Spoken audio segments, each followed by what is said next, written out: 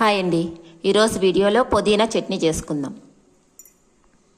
కావలసిన పదార్థాలు: కొద్దిగా ఉద్దిపప్పు, పచ్చెనగపప్పు, ఎండుమిర్చి, జీలకర్ర, కొద్దిగా అల్లం, నానబెట్టుకున్న చింతపండు.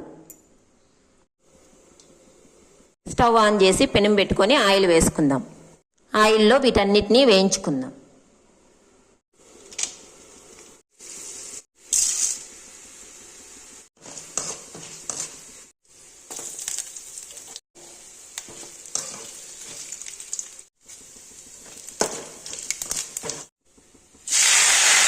రెండు మూడు సార్లు కడిగి పెట్టుకున్న పుదీనా ఆకును వేసి వేయించుకుందాం.